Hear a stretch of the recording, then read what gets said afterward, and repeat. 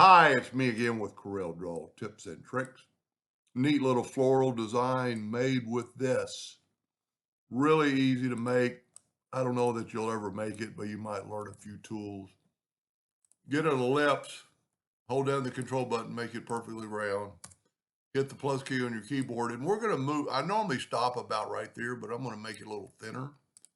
I'm going to take the Smart Fill tool and fill that in. Now I can get rid of this. I can left click, no fill, right click, outline. It doesn't really matter where you put it, but I'm going to put a circle in the center of the page. That might be a little bit too big, so I'm going to hold down the shift key, make it a little smaller. Now I'm going to go ahead and hit P, put that in the center of the page, but with the four-sided cross, I'm going to hold down the control key and I'm going to put it like right there. Don't really have to do it at this time. Then all you have to do is hit the plus key, hold down the control button and make your other part of your flower. We'll go ahead and make it yellow. And I'm going to nudge it out of the way.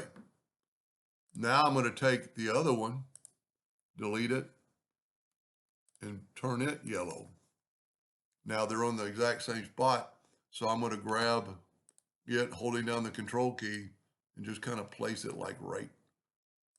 I'm actually a little bit, maybe too big, so I'm going to lower it in size by holding down the shift key. I think that looks pretty good, but then always move it with the control button and it'll be perpendicular. Now, because we've nudged, I'm going to get rid of that. I'm going to nudge this back. And then I'm actually going to left click, right click, because I'm only going to rotate it so far. So I'm going to Control G to group it, Control D to alternate it, to duplicate it, Alternate C to have it rotate from the center. And I'm just going to kind of turn it where I want it. And if we go 30 degrees, see, we have that overlap. So now I'm going to take the Smart Fill tool, fill that in and that in. Now we can get rid of all this.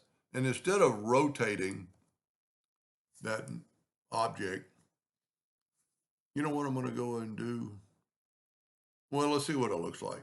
Control D, Alternate C. And because it's back to 0 because we made a new object. Well, I got to group it together. Control G, Control D, Alternate C, and rotate it 30 degrees. This way we have no overlapping.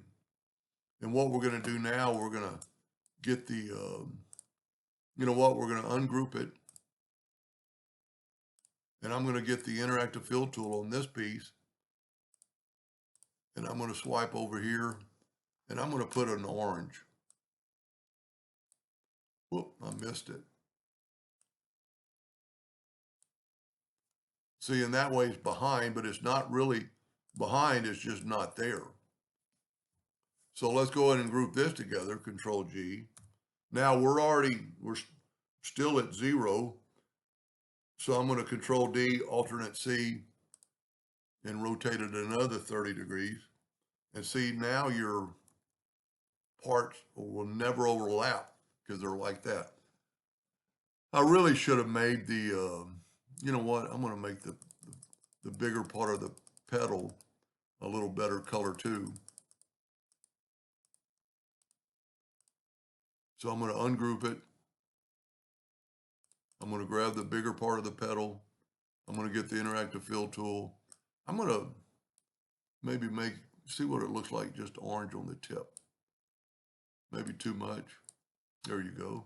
Now group it back together, Control G, Control D, Alternate C, and rotate it at 30 degrees.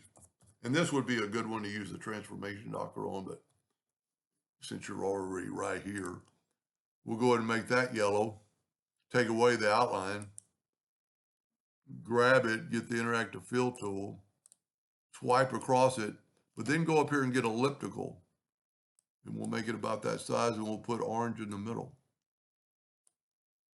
Not that big a deal, but it looks like that when you put black outline around it. And see, nothing's overlapping. Anyway, hope that helped you a little bit, and thank you for watching.